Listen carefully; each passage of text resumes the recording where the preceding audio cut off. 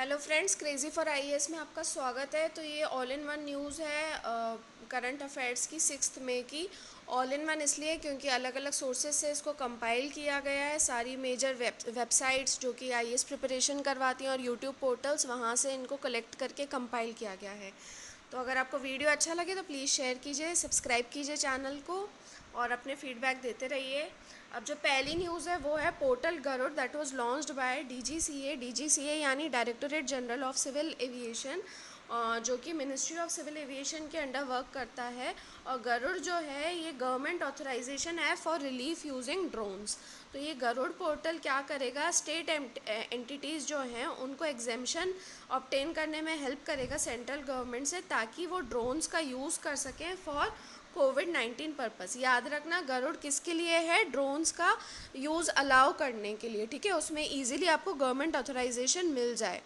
और ये पोर्टल अभी क्यों ज़रूरी है? क्योंकि कई सारी स्टेट एंटिटीज़ और इसके अलावा स्पेशली स्मार्ट सिटीज़ जो हैं वो ड्रोन्स को डिप्लॉय कर रहे हैं पब्लिक प्लेसेस को डिसइंफेक्ट करने के लिए।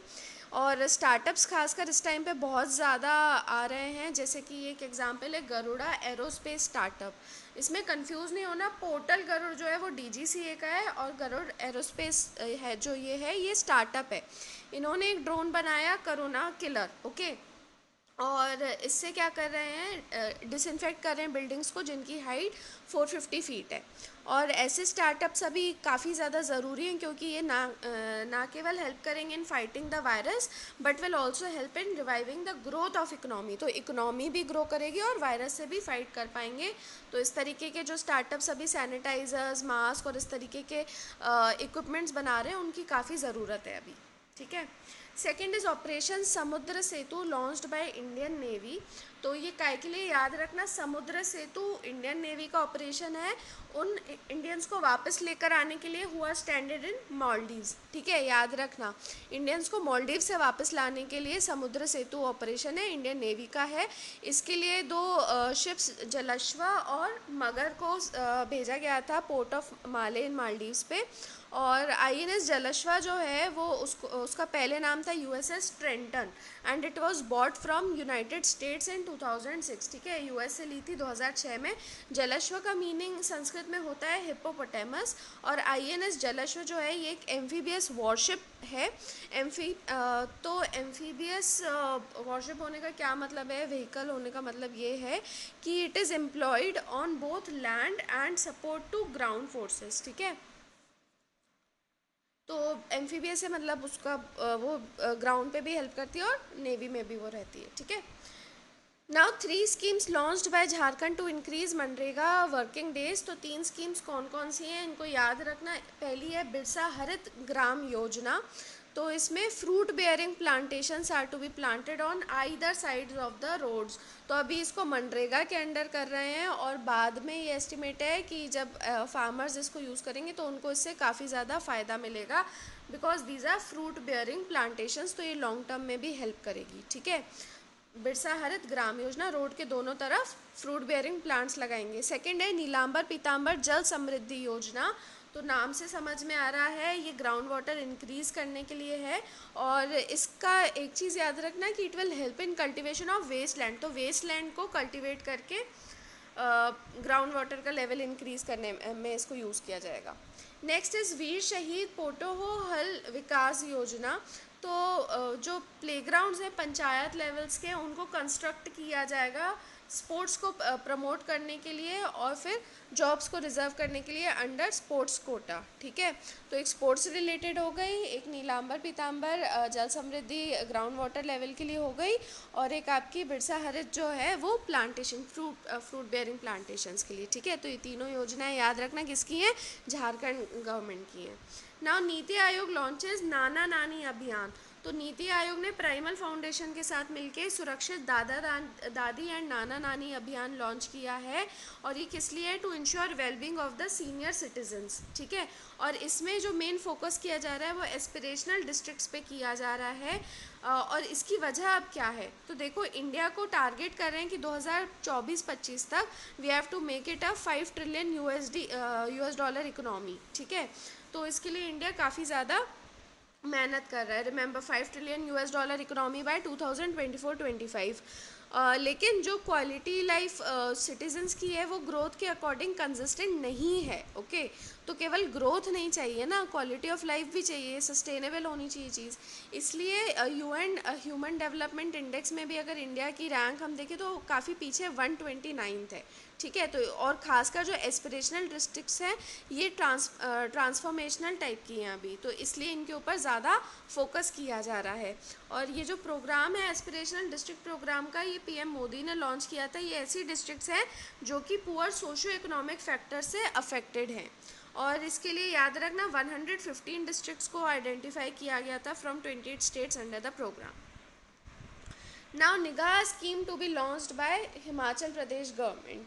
तो निगाह स्कीम काय के लिए, ये फैमिली मेम्बर्स को एजुकेट करने के लिए है जो कि अलग अलग पार्ट्स ऑफ द कंट्री से आते हैं।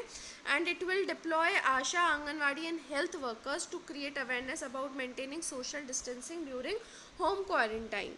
ठीक है, तो निगाह स्कीम याद रखना हिमाचल प्रदेश की है, एजुकेट करने के लिए है, और आशा, आंगनवाड़ी, हेल्थ वर्कर्स का यूज़ किया जाएगा अवेयरनेस क्रिएट करने के लिए। क्यों? ताकि सोशल डिस्टेंसिंग मेंटेन करें होम क्वारंटाइन के टाइम पे भी। ठीक है, तो जो लोग दूसरे पार्ट से आ रहे हैं उनको एजुकेट करने के लिए है। और जो हेल्थ वर्कर्स हैं वो फैमिली के मेम्बर्स को सेंसिटाइज करेंगे, ओके, जो दूसरे स्टेट से आ रहे हैं। नाउ लॉस्ट एट होम, ये एक रिपोर्ट रिलीज़ की है यूनिसेफ ने, और ये रिस्क एंड चैलेंजेस बताती है जो कि इंटरनली डिस्प्लेस्ड बच्चे हैं और उनको प्रोटेक्ट करना क्यों ज़रूरी है। और सबसे ज़्यादा जो मतलब रिपोर्ट का कहना है कि सबसे ज़्यादा जो चिल्ड्रन डिस्प्लेस्ड हैं वो मिडल ईस्ट और नॉर्थ अफ्रीका, यानी इसको शॉर्ट टर्म है MENA, MENA, वहाँ के बच्चे सबसे ज़्यादा डिस्प्लेस्ड हैं। ठीक है, middle east and north Africa. और अगर टॉप 3 कंट्रीज़ देखा जाए जहाँ पे आधे से ज़्यादा लोग डिस्प्लेस्ड हैं because of conflict and violence, तो वो है Syrian Arab Republic, democratic Republic of Congo और यमन। ठीक है, सीरिया, कॉन्गो और यमन, यहाँ पे सबसे ज़्यादा लोग डिस्प्लेस्ड हैं। ठीक है, और 2019 में 25 मिलियन लोग जो थे वो डिस्प्लेस थे बिकॉज ऑफ नेचुरल डिज़ास्टर्स, और इंडिया में भी सबसे ज़्यादा लोग इसी वजह से डिस्प्लेस थे, खासकर फ्लड्स और स्टॉर्म्स की वजह से। ठीक है, अब यूपी गवर्नमेंट ने लॉन्च किया है आयुष कवच एप्लीकेशन। तो इसमें क्या करेंगे कि लोगों को प्रिस्क्रिप्शंस एक्सेस करवाई जाएगी जिससे कि वो अपना रेजिस्टेंस डेवलप कर सके through ancient practices of Ayurveda and yoga. तो आयुर्वेद और योगा के थ्रू ऐसे प्रिस्क्रिप्शंस देके इनका रेजिस्टेंस बढ़ाया जाएगा। तो आयुर्वेद के थ्रू ही मतलब इनकी इम्यूनिटी को बूस्ट करना है। तो इसके लिए पहले मिनिस्ट्री ऑफ आयुष भी जो है कई सारे मेजर्स और आयुर्वेदिक प्रैक्टिसेस बता चुकी है ताकि इम्यूनिटी को बढ़ाया जा सके, खासकर कोविड के अगेंस्ट। तो एक जो इसमें आयुष ने बताई हुई है वो है कबासुरा कुदिनीर। ठीक है, तो ये काय के लिए रेकमेंडेड है, रेस्पिरेटरी एलिमेंट्स जैसे कि ये कोल्ड और फ्लू हो गया, और ये एक सिद्धा मेडिसिन है। ठीक है, काबासुरा कुदिनीर एक सिद्धा मेडिसिन है, इसको आयुष मिनिस्ट्री ने ही रेकमेंड किया हुआ है। Now multiple entry life long visa facility for OCI holders has been suspended. बस न्यूज़ तो यही थी, लेकिन हम OCI के बारे में देख लेते हैं। OCI क्या होता है? ये एक इमिग्रेशन स्टेटस होता है जो कि परमिट करता है फॉरेन सिटीजन्स जो कि इंडियन ओरिजिन के हैं कि वो इंडियन रिपब्लिक में रह सकते हैं और यहाँ पे काम कर सकते हैं इनडेफिनेटली। और इसको इंट्रोड्यूस किया गया था सिटीजनशिप अमेंडमेंट एक्ट ऑफ 2005 के थ्रू, और it was launch during the प्रवासी भारतीय दिवस कन्वेंशन हेल्ड इन हैदराबाद इन 2005। 2005 में याद रखना अमेंडमेंट आया था और प्रवासी भारतीय दिवस जो कि उस टाइम पे हैदराबाद में मनाया गया था, और ये OCI स्टेटस उस टाइम पे लॉन्च किया गया था। नाउ विष्णु सेंद्र पर्व, ये एक एनुअल हंटिंग फेस्टिवल है जो कि झारखंड के ट्राइबल्स ऑब्जर्व करते हैं और साथ में उड़ीसा और वेस्ट बंगाल के भी। और ये पहली बार है पूरी मतलब आज तक की लिविंग मेमोरी में कि देखो क्या है, एनुअल हंटिंग फेस्टिवल है। ओके, तो इस बार एक भी एनिमल को नहीं मारा गया था because of complete lockdown across the state. ठीक है, तो विष्णु सेंद्र पर्व याद रखना झारखंड, उड़ीसा, वेस्ट बंगाल में ट्राइबल्स के द्वारा मनाया जाने वाला हंटिंग फेस्टिवल होता है। नाउ कोविड-19 पेशेंट्स में एक कंडीशन देखी गई है साइलेंट या हैप्पी हाइपोक्सिया की, तो इसके बारे में देख लेते हैं। ये एडिटोरियल था। इसमें देखा गया है कि पेशेंट्स की बहुत ज़्यादा extremely low blood oxygen levels रहती हैं, लेकिन फिर भी वो ब्रेथलेसनेस का साइन नहीं शो करते हैं। तो अब ये क्या चीज़ है? और इस टाइम पे इसका एक्सपर्ट्स कह रहे हैं कि इसका अर्ली डिटेक्शन होना ज़रूरी है, ताकि जो फेटल कंडीशन आ जाती है कोविड पेशेंट्स में, कोविड निमोनिया की, वो चीज़ ना आए। ठीक है। तो हाइपॉक्सिया वैसे क्या होता है? ये एक ऐसी कंडीशन होती है जहाँ पे ज़्यादा ऑक्सीजन अवेलेबल नहीं रहता है ब्लड और बॉडी टिश्यूज़ में, और हाइपॉक्सिया जनरलाइज हो सकता है या पूरी बॉडी को भी इफ़ेक्ट कर सकता है, यानी लोकल भी हो सकता है, एक पर्टिकुलर रीजन को भी इफ़ेक्ट कर सकता है। लेकिन साइलेंट हाइपॉक्सिया क्या है कि ये एक ऐसा ऑक्सीजन डिप्राइवेशन है जिसको डिटेक्ट करना मुश्किल है देन रेगुलर हाइपॉक्सिया, क्योंकि इसमें पेशेंट्स ज़्यादा डिस्ट्रेस और जैसे बताया ब्रेथलेसनेस नहीं शो होती है। नॉर्मली ब्रेथलेसनेस का रीज़न क्या होता है? मतलब ऑक्सीजन लेवल तो गिरता है, लेकिन क्या होता है कि कार्बन डाइऑक्साइड लेवल जो होता है उसका राइज हो जाता है। दोनों एक ही टाइम पे होते हैं, ऑक्सीजन घटना और CO2 लेवल राइज होना।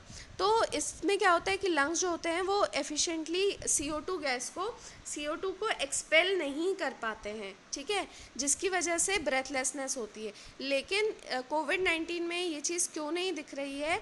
क्योंकि जो वायरस है वो एयर सेक्स को it causes air sacs to fall, तो जिसकी वजह से ऑक्सीजन लेवल्स कम तो होते हैं, लेकिन लंग्स जो होते हैं उनमें इनिशियली ना स्टिफनेस होती है ना कोई फ्लूइड भर जाता है, जिसकी वजह से वो कंप्लायंट रहते हैं और वो CO2 एक्सपेल कर पाते हैं। तो याद रखना कि कोविड-19 पेशेंट्स में CO2 एक्सपेल हो जाता है, जिसकी वजह से ब्रेथलेसनेस नहीं होती और हाइपॉक्सिया को डिटेक्ट करना मुश्किल हो जाता है। ओके ना, प्रधानमंत्री भारतीय जन औषधि परियोजना PMBJP, देखो गवर्नमेंट किस तरीके से जो भी पॉलिटिकल पार्टीज़ होती हैं वो स्कीम्स में भी अपना नाम वगैरह कैसे इंक्लूड कर लेते हैं।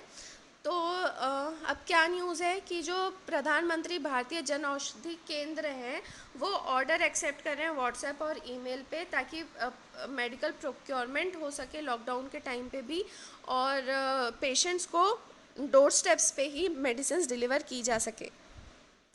तो ये जो परियोजना है, ये स्कीम है PMBJP, इसको लॉन्च किया था डिपार्टमेंट ऑफ फार्मास्यूटिकल्स ने to provide quality medicine at affordable prices to the masses. ठीक है, अफोर्डेबल प्राइसेस देने के लिए इन केंद्रों के थ्रू ही जो प्रधानमंत्री भारतीय जन औषधि केंद्र बनाए गए हैं। अब इस स्कीम के सेलिएंट फीचर्स क्या हैं? तो ये इंश्योर करना कि क्वालिटी मेडिसिन एक्सेसिबल रहें, उसके बाद में generic medicine, quality generic medicine है उनको कवर करना, to reduce the out of pocket expenditure, क्योंकि ये काफ़ी रीजनेबल चीप रहती है, and create awareness about generic medicine through education and publicity. ठीक है, तो लोगों को मिलती रहे और जागरूकता भी बनी रहे। जेनेरिक मेडिसिन क्या होती हैं?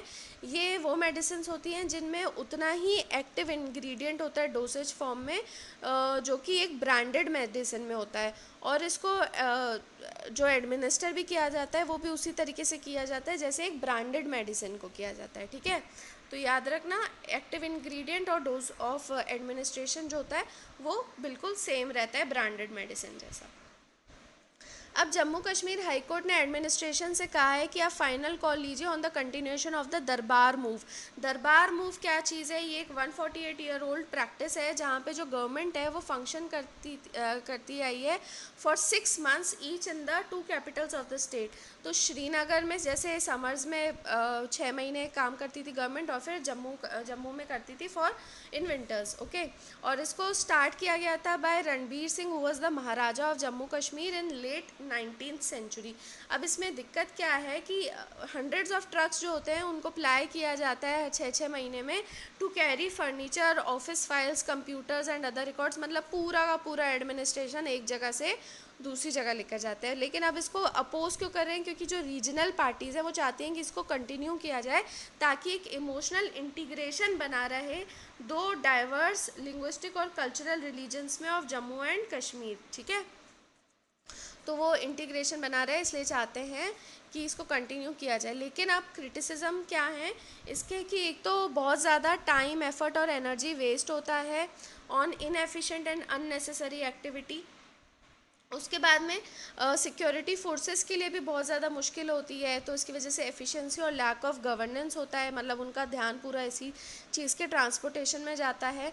फिर जस्टिस डिस्पेंशन जो होता है वो भी डिले हो जाता है, क्योंकि गवर्नमेंट रिकॉर्ड जो होते हैं वो प्लीडर्स के पास में मतलब एक ही रीजन में अवेलेबल नहीं होते, मतलब 6 महीने एक जगह है, फिर 6 महीने दूसरी जगह है, तो जस्टिस भी कैसे डिस्पेंस किया जाए। फिर जो वैल्यूएबल डॉक्यूमेंट्स और रिसोर्सेज हैं उनको भी बहुत ज़्यादा रिस्क रहता है इस ट्रांसपोर्टेशन के टाइम पे। ओके, ऑलरेडी ये काफ़ी सेंसिटिव रीजन है, तो ये भी चीज़ रिस्की है। अब हाई कोर्ट का क्या कहना है कि अगर इस प्रैक्टिस को रैशनलाइज कर दिया जाए तो पैसा, रिसोर्सेज, टाइम जो बचेगा, जिसको फिर आप यूटिलाइज कर सकते हो for the welfare and development of the union territory, जो कि ऑलरेडी काफ़ी ज़्यादा टर्मोइल फेस कर चुकी है। और इसको प्रोटेक्शन और प्रोपोगेशन के लिए यूज़ किया जा सकता है of culture and heritage of the communities, और अभी जैसे कोविड-19 है तो उसमें भी इसको यूज़ किया जा सकता है।